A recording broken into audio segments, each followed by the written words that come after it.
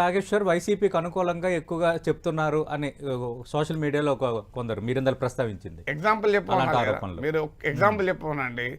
జగన్ కు ఎందుకు టెన్షన్ పుడుతోంది? ఇది వైసీపీకి అనుకూలమా సార్? ఇదే example. సోషల్ మీడియా ఇలాంటివే లేదు, జరుగుతున్నాయి. నా వీడియో ఇది యూట్యూబ్ ఛానల్లో. Yes sir. జగన్ కు టెన్షన్ ఎందుకు పుడుతోంది, ఇది నా వీడియో. Yes sir.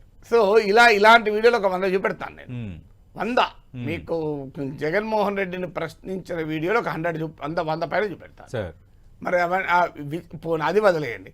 మీరు తెలుగుదేశం గ్రూపులకు వెళ్ళి తెలుగుదేశం సోషల్ మీడియాకి వెళ్ళి వెనక్కి తిరిగిపోండి. సార్. నా వీడియోలు ఎన్ని ఉంటాయో మీరే చూడండి. అవును. మరి నేను వైసీపీ అనుకుంటే నా వీడియోలు ఎందుకు వాళ్ళు పోస్ట్ చేస్తున్నారు? ఓకే.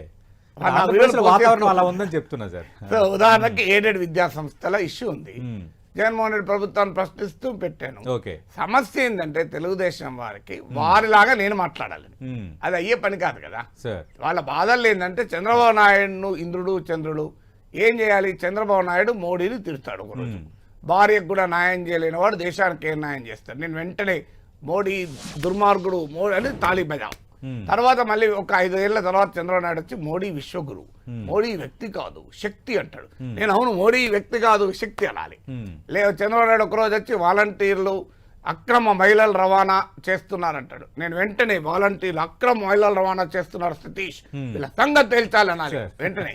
మళ్ళీ ఒక నెల తర్వాత చంద్రబాబు నాయుడు వచ్చి వాలంటీర్లరా మీకు 5,000 కాదు నేను 10,000 ఇస్తానంటాడు. నేను వెంటనే వాలంటీర్లు చాలా గొప్పోళ్ళు అనాలి.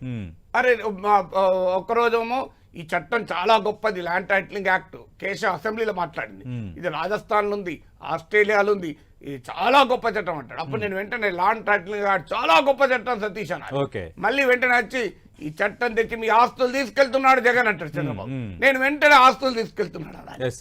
ఎట్లా సాధ్యమైంది? ఒకరోజు పవన్ కళ్యాణ్ తిడతారు 5 ఏళ్ల క్రితం, మళ్ళీ 5 ఏళ్ల తర్వాత పవన్ కళ్యాణ్ చాలా గొప్ప అంటాడు. తిట్టినప్పుడు నేను తిట్టాలి పవన్ కళ్యాణ్, మెచ్చుకున్నప్పుడు నేను పవన్ కళ్యాణ్ మెచ్చుకోవాలి. ఎట్లా సాధ్యం? నాగేశ్వర్ ఎప్పుడైనా ఒక స్టాండర్డ్ ఒపీనియన్ ఉంటుంది. ఈ రాజకీయ నాయకుల్లాగా అటు ఇటు మారడు కదా.